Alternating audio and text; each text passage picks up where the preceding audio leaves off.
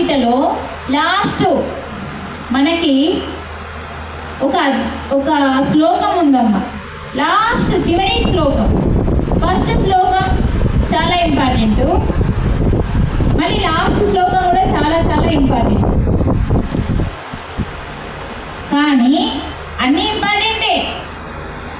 అందులో ఇది లాస్ట్ శ్లోకం ఏంటిదంటే, మనకేం చెప్తాడు శ్లోకం మీకు మళ్ళీ అనిపిస్తా.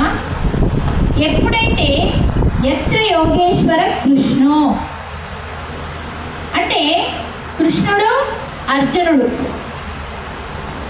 కృష్ణుడు ఎవరు? భగవానుడు. అర్జునుడు ఎవరు అంటే మానవుడు. పాండవులు కరెక్టే. అంటే మానవుడు అంటే ఎవరు? జీవుడు, దేవుడు. జీవుడు అర్జునుడు. ఉన్నారా మీరందరూ ఇక్కడ? వీటికి పోకుండా నేను ఇక్కడనే ఉంటాను, హైదరాబాద్ పోను, మీరు ఇక్కడే ఉండండి. జీవుడు అర్జునుడు, దేవుడు కృష్ణుడు. జీవుడు దేవుడు ఎక్కడైతే ఉంటారో, అర్జునుడు ఎవరు? ధనుర్ధారి. కృష్ణుడు ఎవరు? దేవుడు. అంటే వీళ్ళిద్దరి గురించి ఎక్కడైతే చెప్పబడుతుందో, ఎక్కడైతే పారాయణం చేయబడుతుందో, ఎక్కడైతే వాళ్ళ గురించి జ్ఞానం చెప్పబడుతుందో అక్కడ దేవతలు ప్రత్యక్షమవుతారని చెప్పి శ్లోకంలో చెప్పబడింది. మనకి లాస్ట్ చివరి శ్లోకం. మరి ఈ 7 రోజుల సప్తా అనేది ఏంటిదంటే ధ్యానము. అంటే మన గురించి, భగవంతుని గురించి తెలుసుకుంటున్నాం. ఇక్కడ మీరు ఎప్పుడన్నా గుడికి వెళ్ళారా? ఏమన్నా చెప్తారా? చెప్పారు. గుడి చుట్టూ ఒక చుట్టూ తిరుగుతా, 10 చుట్టూ తిరుగుతా, నీ ఇష్టం. తీర్థం పోతారు, ప్రసాదం పెడతారు, గంట కొడతారు, దక్షిణ నేల కొట్టు పెడతారు, తోలేస్తారు. ఏమన్నా చెప్తారా భగవంతుని గురించి, భగవద్గీత గురించి? మరి ఇక్కడ మన ఇంట్లో మనం ఏం చెప్పుకుంటున్నాం 7 రోజులు? మన గురించి, భగవంతుని గురించి, జీవుడి గురించి, దేవుడి గురించి. ఏ ఇంట్లో అయితే మంచి అనిపించదో 7 రోజుల సప్తా ప్రతి ఇంట్లో జరగాలి. ఎందుకు జరగాలి ఇంకా ఒకసారి తెలుసుకుందాం. మనకి కలియుగం స్టార్ట్ కాకన్నా ముందు, ఇందాక అర్జున్ పేరు చెప్పుకున్నాం కదా, పాండవులు అన్నదమ్మ. అర్జునుని కొడుకు అభిమన్యుని కొడుకు పరీక్షిత్ మహారాజు. వాళ్ళ పేర్లు పోనీ మీకు అనరాకపోయినా పర్వాలేదు, తెలుసుకుందాం. అంటే అర్జునుడికి మనవడు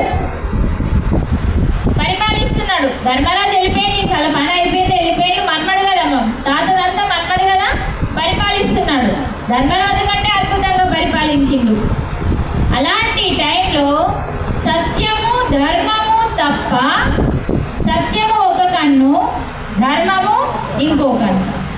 ఇది తప్ప ద్వాపర యుగంలో అంతా అద్భుతంగా ఉంది అన్నట్టు. గొడవలు లేవు,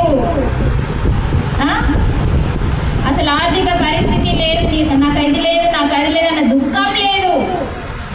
అంతా అద్భుతం అద్భుతం అద్భుతం.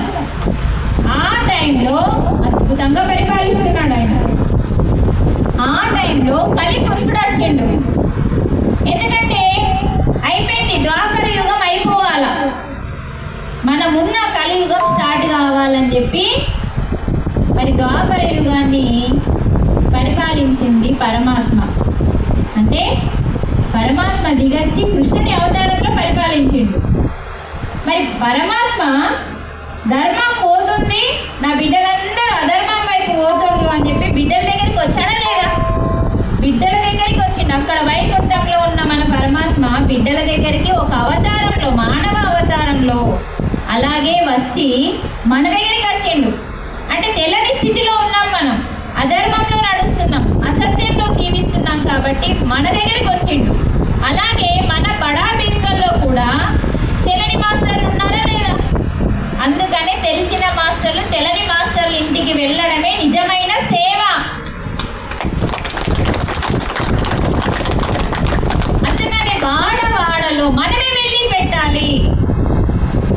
పెద్ద సేవ అంటే ఇంతకన్నా మించిన సేవ సృష్టిలో లేదు. ఎందుకు లేదండి? డౌట్ వచ్చిందా లేదా? ఎందుకు లేదు? ఉందా అసలు? ఇంతకన్నా పెద్ద సేవ లేదు అని పత్రిజీ చెప్పిండు.